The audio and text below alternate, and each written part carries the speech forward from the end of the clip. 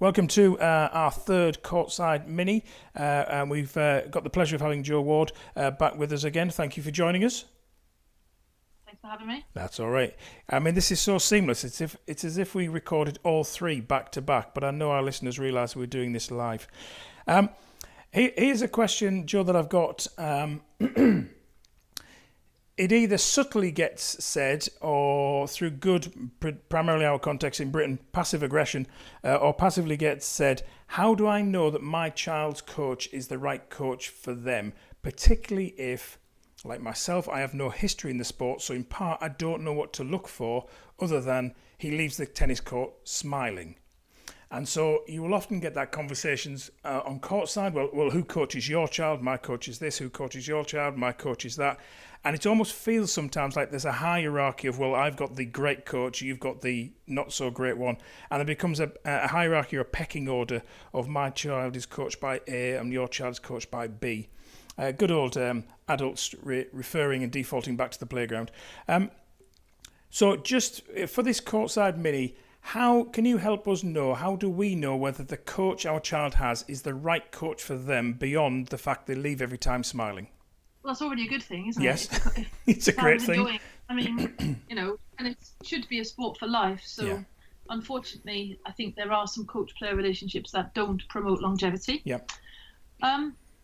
Go back to what you said about parents in the playground. I actually feel for parents on this issue. I think it's so difficult because when you think about it, I've been through this journey, I don't know, 100 times. This might be your first time. And so it's so difficult for parents to make informed decisions when they don't have all the answers. They don't even have all the questions.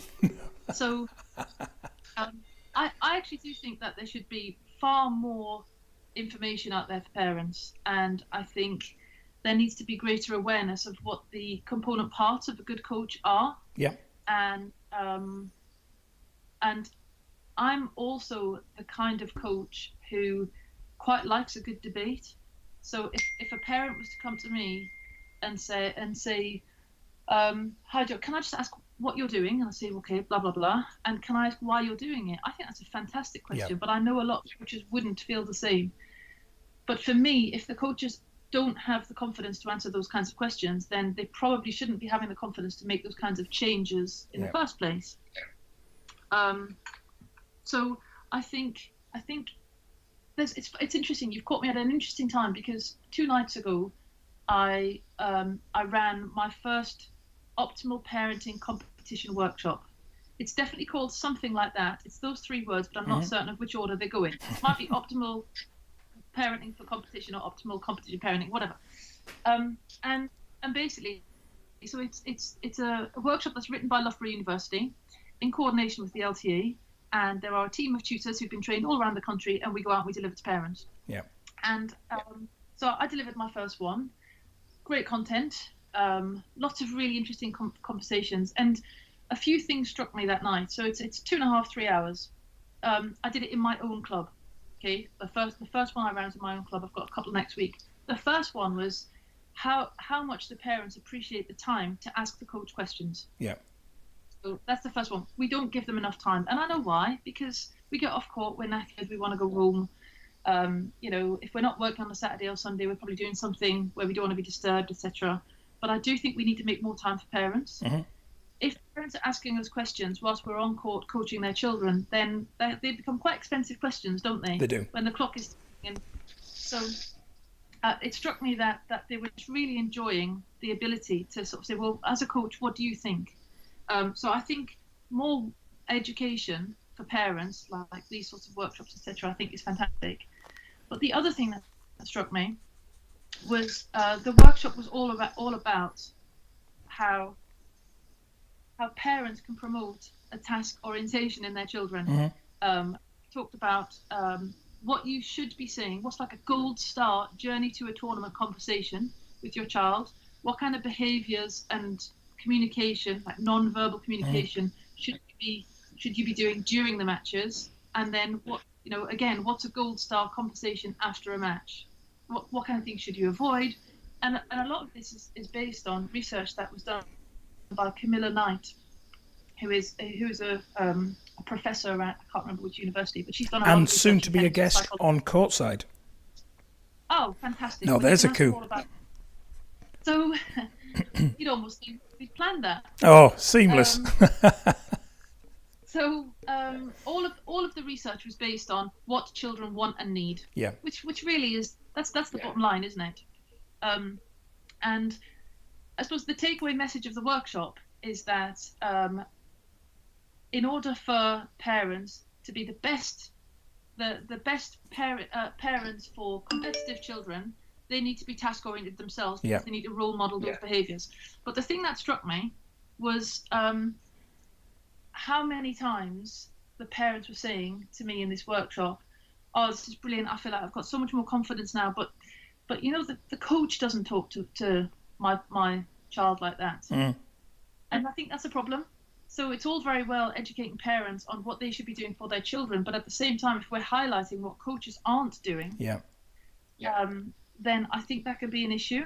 And it struck me that night that there needs to be a parent workshop for what should be done by the parents, by the coaches, and if it's not being done by the coaches, what that next step is. Because, and of course, this task ego orientation, the mindset is massive, but it's only one part, isn't it? Another example, I think I might have spoken about it when I spoke to you last time about what coaches are doing to girls' forehands. Yeah. They're all modelling a Roger Federer forehand or an outside swing path, and there's so much research. Well, there's so many stats around how that might not be the best fit for a woman's body, and yet coaches are doing it to little girls, and the girls are going home in the car crying. Yeah. So, as a parent, is that the right coach? Yeah. Is that the right coach? Or if you find the confidence to have a conversation with that coach and it doesn't go right, well, I think that answers your question. Or if you have that conversation and the coach says, "Oh, okay, well, I haven't heard of this," because coaches don't know everything, then if the coach really wants to learn and seeks out the answers, well, then maybe you've got to keep her there. Yeah. But I think until we educate parents better on what they can expect from their coaches and what would be good and bad content to be done in lessons, I totally understand why they have these conversations the whole time. Yeah. Well, now without a doubt, we've been very fortunate in having some exceptional coaches in our little one's journey through his sport, and I can frame that around. They made him want to get better. They made him want to improve, and all of that driving was encouraging him to want it. But he always had a huge smile on his face, trying to achieve it. And it didn't mean the sessions were nice and easy and filled with kind of hardly pushing him or stretching him or demanding stuff sometimes and trying to get him to have a go. But there was something around. I think Chris Suter talks about it. He knows how much he's worth to them. As a young player, he knows that he matters to his coach. He's not just the next one who's getting trained by them. And there's that really intimate personal connection. And I think that's the gold dust for me is you find that rich personal connection combined with an exceptional, I guess, the technical aspects of what I'm teaching you, combined with you really matter to me, mate, and there's a strong, close bond. It's dynamite when you get that connection.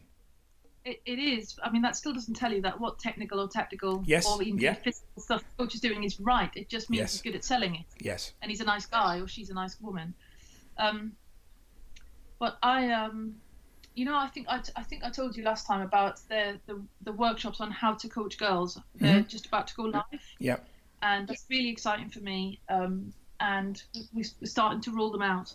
And actually, just reflecting on how coaches are only one part of the influencing factor on girls. I've written a parent workshop for that as well. And so just little things like, and actually giving parents quite a lot of information in terms of the things they can influence. So yes, mentally there's loads of things that you need to be doing for your children back home in the house for your girls. Boys too, but obviously this workshop's about girls. Physically, there are things that a girl's body doesn't do naturally quite as well as some boys' bodies. So again, you can be doing stuff at home. It doesn't have to be like running a million miles. It's it's good, fun stuff that you can be promoting at home. But then also tactically and technically, I want to give the parents of girls the reality of women's tennis. Mm-hmm. And if reality doesn't match up with what they're seeing on a practice court, I think there's a conversation to be had. Yeah. And I think the conversation should be, well, I know there's a workshop for coaches as well as the workshop for parents. So actually, why don't you get on that? I'm in the process of developing a website which is going to have all of the research, so that if coaches don't manage to come to the workshop or they don't hear me speak somewhere, they've got a place they can go and learn. And I think only by coaches and parents working together do we get that really good team surrounding the child. One more thing. I feel like you've got me on a rant now. Not a rant, a flow. A flow, well, yeah. Just based on what I said earlier about, I like questions from parents, and I quite like not being challenged, but I've got no problem with having to defend some of the work I'm doing. I floated the idea to a few parents in my club that it might be an idea for me to teach them how to chart matches. Okay, yeah. And they've bitten my hand off for it. That's interesting. So, and now they're holding me to it. So I'm going to do it in a couple of weeks when my schedule eases up a little bit. And I think it's going to be a big win on lots of fronts. I think it will give parents a purpose, a tournament. So it will distract them from any negative emotions they might be feeling. It will, it will make them feel much more part of the team rather than just the driver and the provider of lunch. Yeah. So I think that's really important. But also, given that coaches don't get a chance to go to tournaments very often, I think it would be invaluable information to be coming back from the parent via the child, because it gives you a few things that you can talk about in your post-match chat. But also, what I really like about it is if I was coaching Elijah and I said, right, look, this is how you chart, but more importantly is what information I'd like you to gather. Yeah. And I'd like to gather it because, so if I'd gone and watched him play a match and all of the rallies that were over 9 shots long, he lost.